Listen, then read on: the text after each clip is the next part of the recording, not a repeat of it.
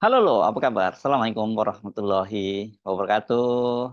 Saya Hersbun Arif dari Forum News Network. Apa kabar? Semoga selalu dalam keadaan sehat walafiat dan tetap semangat. Hari ini hari Rabu tanggal 28 Agustus 2024 adalah hari kedua pendaftaran untuk calon kepala daerah.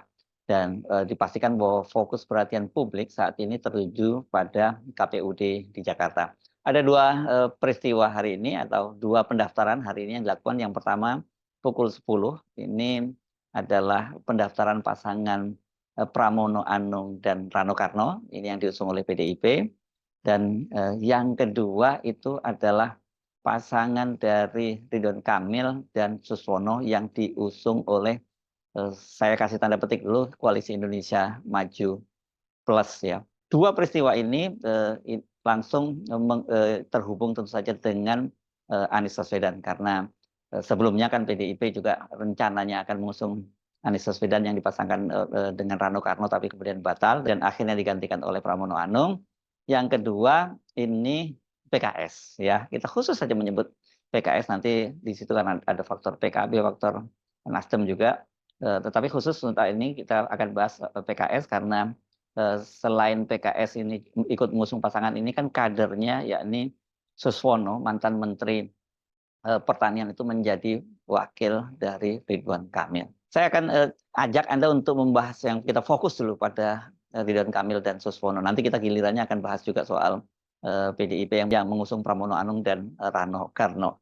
Nah, kalau kita lihat pasangan Suswono dan Ridwan Kamil, atau tepatnya sebenarnya Ridwan Kamil dan Suswono ini memang bukan pasangan yang ideal di Jakarta ya, karena satu, Ridwan Kamil itu sendiri sejak awal sebenarnya dia tidak berani maju di Pilkada Jakarta, termasuk partainya sendiri Golkar itu tidak berani juga mengusung Ridwan Kamil di Jakarta ini. Kenapa? Karena ada faktor Anies ya. Karena semula kan Anies ini figur yang paling kuat dan diperkirakan akan banyak didukung oleh partai-partai yang seimbang dengan Partai Koalisi Indonesia Maju, karena selain partai-partai koalisi perubahan ya di PKS, PKB dan Nasdem itu kan PDIP pada waktu itu tanda-tandanya juga akan bergabung dengan koalisi ini untuk mengusung Anies Baswedan.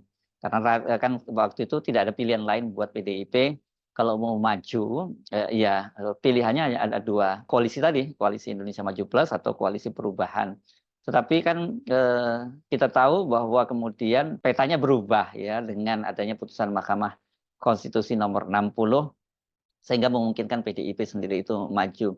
Dan kemudian juga drama-dramanya Anda sudah mengikuti semua, bagaimana kemudian PKS itu bergabung dengan Koalisi Indonesia Maju Plus. Nah, ini yang saya sebut ini pasangan ini sebenarnya tidak cukup ideal kalau dalam persaingan pasar yang sempurna. Begitu artinya banyak pasangan lain yang maju dan termasuk diantaranya Anies misalnya begitu ya. Nah, kenapa? Karena Ridwan Kamil itu sendiri satu memang elektabilitasnya tidak cukup kuat di Jakarta, dan kedua ini ya, ini sentimen terhadap Ridwan Kamil itu di kalangan warga Jakarta, di kalangan anak muda Jakarta, di kalangan Jackmania dan sebagainya itu luar biasa. Ada resistensi yang luar biasa terhadap Ridwan Kamil.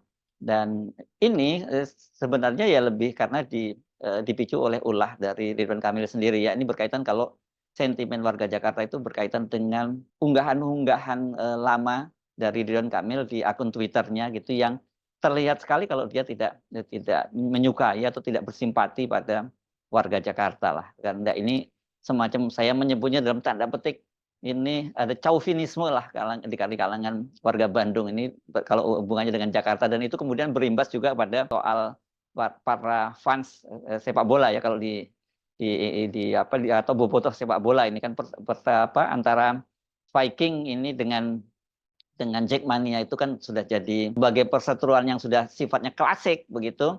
Dan Ridwan Kamil yang sebagai mantan wali kota Bandung dan kemudian menjadi gubernur Jakarta itu ya mau nggak mau pasti mengidentifikasikan dirinya sebagai bobotoh dari Persib gitu ya. Dan ini bebuyutan banget musuhannya. Karena itu sampai sekarang pun ketika Ridwan Kamil misalnya mencoba mengajuk hatinya para pendukung Jackmania, ya tetap Ridwan Kamil itu ditolak. Dan Ditambah lagi faktor bahwa Jackmania itu sekarang memang, mayoritas adalah pendukung atau bahkan cinta mati kepada Anies Baswedan karena selama dia menjadi gubernur di Jakarta itu kan perhatian dia terhadap, sepak bola terutama, Persija itu luar biasa dan salah satunya tentu saja yang harus disebut adalah pembangunan stadion yang sangat monumental yakni Jakarta International Stadium. Ini yang jadi bukan hanya kebanggaan, dari, Jackmania tapi juga menjadi kebanggaan dari warga Jakarta. Nah, yang kedua saya kira ini dari sisi mereka-mereka yang netral tapi, mereka adalah warga Jakarta. Dengan cuitan-cuitan dari Ridwan Kamil itu, ya mereka merasa bahwa orang seperti ini ya nggak pantas untuk diusung di, Jakarta. Apalagi kan kalau secara prestasi ketika dia sama-sama menjadi gubernur, itu Ridwan Kamil di Jawa Barat dan kemudian Anies di Jakarta, itu nggak bisa disandingkan, nggak bisa dibilang apple to apple karena,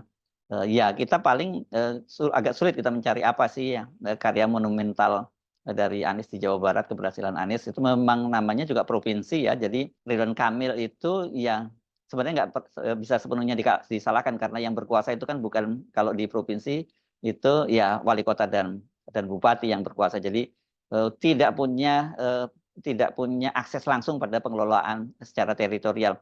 Tapi saya kira yang bisa kita kalau membandingkan itu ya dengan Bandung lah gitu yang ketika dia menjadi wali kota dan Bandung itu kalau dibandingkan dengan Jakarta kan relatif dari sisi, skala wilayahnya, skala persoalannya dan sebagainya juga jauh berbeda. Tetapi kan kita tahu selama menjadi wali kota di, Bandung tuh, Ridwan Kamil nggak terlalu sukses. Keberhasilan dia itu adalah pencitraan dia di media sosial. Tapi belakangan ini ternyata ketika digali-gali akun media sosialnya Ridwan Kamil itu jadi bumerang. Saya kira kenapa kemudian catatan kita bahwa Ridwan Kamil ini bukan kandidat yang bisa diandalkan. Apalagi ini ada dalam peristiwa terbaru kalau kita ngomongin soal Koalisi Indonesia Maju Plus. Nah di Banten ini kan Golkar itu berkoalisi dengan PDIP, itu mengusung pasangan Airin dengan Ade Sumardi ya, Ketua DPD PDIP Banten.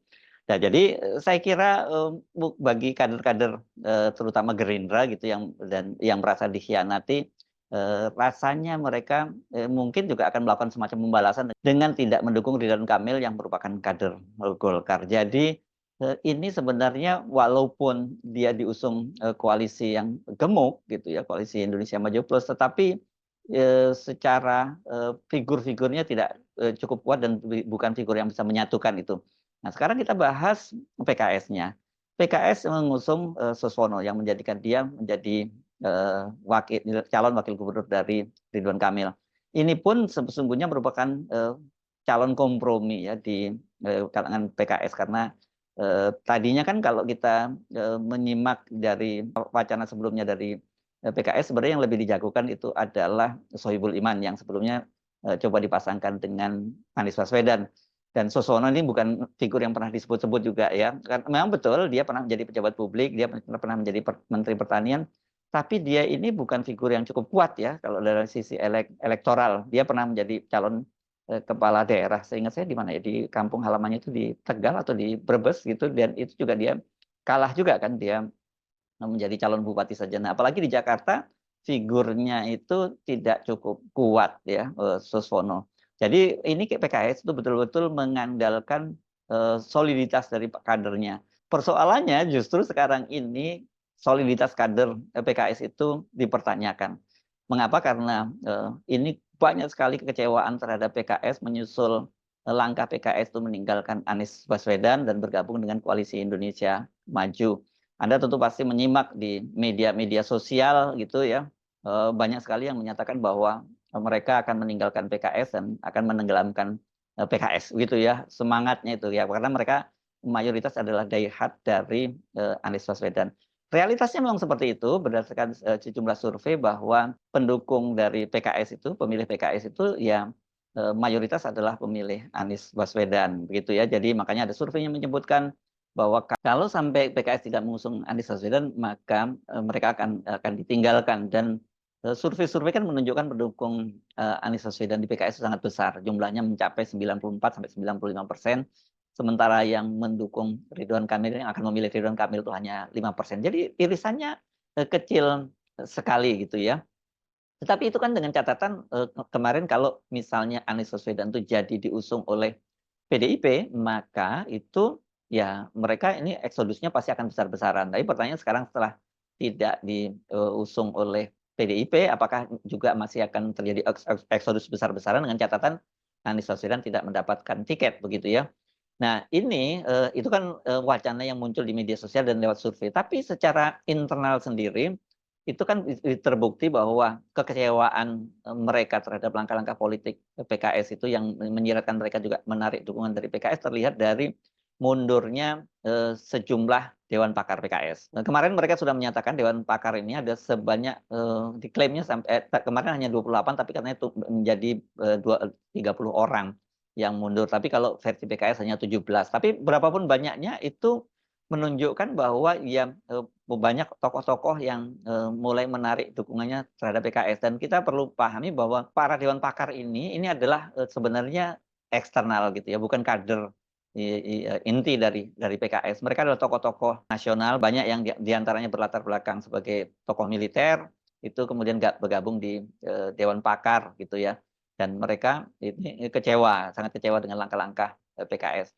Ini setidaknya misalnya seperti yang dikatakan oleh Mayor Jenderal TNI Sunarko. Ini bukan main-main ya, Mayor Jenderal TNI Sunarko ini mantan Komandan Jenderal Kopassus, Danjen Kopassus, dan kemudian dia juga pernah menjadi Pangdam Iskandar Muda di Aceh. Dan memang ini dikenal sebagai tokoh yang konsisten menjadi kelompok oposisi walaupun latar belakangnya militer. Ada 3 hal yang disebutkan mengapa kemudian para dewan pakar ini memutuskan untuk meninggalkan PKS. Pertama, kata dia karena PKS itu bergabung dengan Koalisi Indonesia Maju Plus yang mengusung Prabowo Gibran dan ini mereka terpilih menjadi presiden dan wakil presiden itu dengan cara yang curang. Ini berkaitan dengan peran Pak Jokowi mengerahkan sumber daya finansial maupun sumber daya dari aparat penegak hukum ASN untuk memenangkan pasangan ini. Yang kedua itu soal sikap PKS atau ya pilihan politik PKS dengan mendukung Bobi Nasution di Sumatera Utara, meninggalkan Edi Rahmayadi. Dan ini PKS di Sumatera Utara itu kan bergabung dengan Koalisi Indonesia Maju Plus juga. Ini merupakan sikap yang tidak konsisten karena selama ini PKS menyatakan anti politik dinasti, tapi ternyata mengusung dan mendukung calon dari politik dinasti, yakni menantu Pak Jokowi. Dan yang ketiga, ini kaitannya dengan Anies karena dianggap mereka ini tidak menampung, tidak mewadahi aspirasi dari para pemilih PKS itu untuk mendukung Anies Baswedan. Jadi dari situ saja kita tahu bahwa ini merupakan cermin dari para pendukung PKS.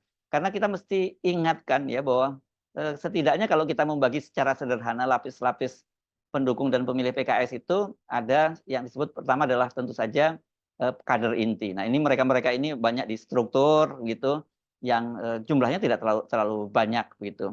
Dan mereka ini sebagian besar, walaupun ada juga yang tetap tidak sesolid itu, sebagian besar itu mendukung apapun langkah yang diputuskan oleh Majelis Syuro. Mereka bisa beda pendapat, tapi ketika Majelis Syuro sudah memutuskan, mereka akan sami'na wa ata'na, itu saya dengar dan saya laksanakan.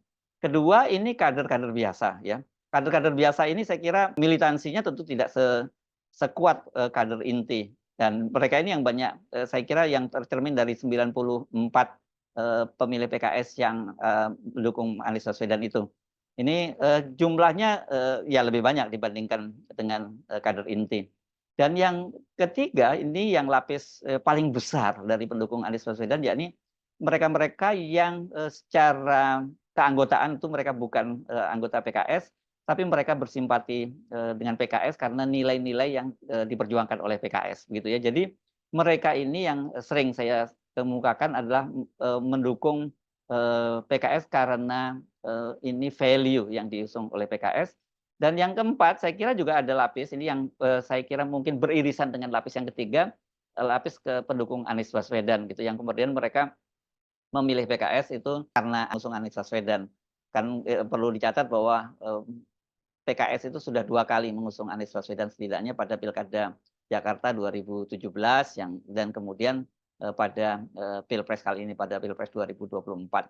Nah, mereka ini saya kira lapisan yang terbesar ya, lapisan pendukung ini. Jadi kalau kemudian mereka ini menarik dukungannya dari PKS, gitu, yang dalam bahasa mereka sering sebut sebagai akan menenggelamkan PKS, dan bahkan juga ada yang menyebut bahwa PKS itu akan dijadikan partai yang tidak lolos parliamentary threshold seperti P3, karena pada Pilkada 2017 itu mereka mendukung, P3 maksud saya mendukung Ahok. Saya pikir dampaknya tidak akan sebesar itu kalau buat PKS ya. Perlu dicatat tadi kan, mereka ini PKS adalah partai kader gitu yang punya, program kaderisasi yang cukup sudah berjalan cukup lama dan cukup kuat begitu. Jadi artinya, masih kalau toh ditinggalkan sebagian besar pendukungnya, memang masih ada kader-kader inti yang jumlahnya nggak terlalu banyak, dan juga kader ya yang punya KTA begitu. Jadi, kalau toh terjadi misalnya boikot besar-besaran begitu, terhadap, PKS mungkin tidak akan nasibnya tidak seburuk, P3, dengan karena mereka masih akan tetap survive, tapi tentu saja PKS akan menjadi, bukan partai yang diperhitungkan lagi, dia partai kecil saja gitu. Memang mungkin tidak separah ketika masih namanya Partai Keadilan yang tidak lolos parliamentary threshold. Tetapi mungkin PKS ya tidak bisa jadi partai menengah seperti sekarang ini gitu. Kalkulasinya semacam itu ya. Jadi dampak dari, Pilkada Jakarta ini dalam jangka panjang itu akan sangat, buruk bagi PKS. Dalam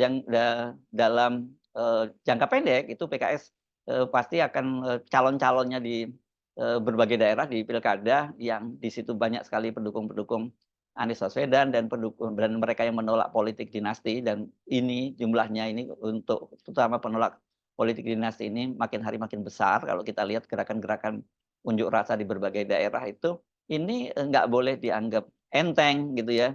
Jadi, dalam jangka pendek pun, PKS akan, mengalami, persoalan, yakni, eksodusnya para pendukungnya atau mereka-mereka yang tadinya bersimpati dengan PKS begitu. Nah, pertanyaannya apakah di Jakarta dampaknya itu akan sangat signifikan sehingga dipastikan pasangan Ridwan Kamil dan Suswono ini, gagal untuk memenangkan Pilkada Jakarta? Ini saya kira, sangat bergantung pada Anies Baswedan ya. Apakah Anies Baswedan akhirnya itu, mendapat dukungan. Kan ini, muncul rumor bahwa, PKB itu akan balik badan, dan ini yang menyatakan, rumor ini bukan orang biasa ya, karena Ketua Umum, Partai Demokrat Agus Harimurti Yudhoyono kemarin misalnya dia mengaku dia mendengar kabar bahwa PKB itu akan, balik badan, mendukung Anies Baswedan, dan kata dia, tapi dia tidak tahu kebenarannya, makanya dia meminta sekjen Partai Demokrat untuk mengecek apakah itu benar, apakah itu hoax kata dia. Tapi ini sebenarnya meskipun Agus menyatakan bahwa dia mendengar dan dia mempertanyakan apakah itu hoax atau bukan, ini merupakan semacam tekanan lah kepada, PKB agar jangan sampai balik badan mendukung Anies Baswedan. Karena memang posisi PKB saat ini itu sangat rentan ya. Kendati Muhaimin Iskandar sudah berhasil kembali menjadi ketua umum melalui muktamar di Bali dan kemudian memasang Wapres Ma'ruf Amin sebagai ketua Dewan Suro PKB, tapi ancaman untuk di take over oleh kubu sebelah dalam hal ini PBNU itu masih terus, berlanjut. Dan seperti kita tahu kemarin, Lukman Edy ini mantan Menteri Desa dan juga pernah menjadi sekjen di, PKB itu sudah mengirim surat ke Kemenkumham agar menolak pendaftaran, kepengurusan dari, Muhaimin Iskandar. Dan ini bukan tidak main-main ya kalau kemudian, dia ditolak dan kemudian Lukman Edy membuat, muktamar, dan kemudian muktamarnya Lukman Edy yang diakui oleh Kemenkumham, ya, selesai itu perlawanan dari Muhaimin, setidaknya dalam jangka pendek ya untuk pilkada ini saja. Karena ini biasanya proses hukumnya akan berlarut-larut, dan ya yang terjadi nanti seperti P3. Jadi PKB bisa, jadi partai yang ditinggalkan para pendukungnya, karena, selama, era Muhaimin ini harus diakui PKB itu berhasil memperluas ceruk, pasar pemilihnya, tidak lagi hanya pendukung NU, karena pendukung NU itu kan tidak semua ke PKB, banyak menyebar ke partai-partai lain juga. Dan kemarin, keputusan dari Muhaimin itu mengusung Anies Baswedan berkoalisi dengan PKS dan Nasdem, itu juga kemudian membuka ceruk pasar baru bagi, PKB. Ini terbukti dengan bertambahnya kursinya, dan juga di Jakarta suaranya secara signifikan mengalami kenaikan baik di DPRD maupun di DPR RI ya. Kalau DPR RI malah pecah telur, untuk pertama kalinya mempunyai wakil dari Jakarta dan itu nggak tanggung-tanggung sampai 2 kursi. Jadi memang bagi, PKB sebenarnya melanjutkan kerjasama dengan Anies itu, sangat menguntungkan dari sisi elektoral.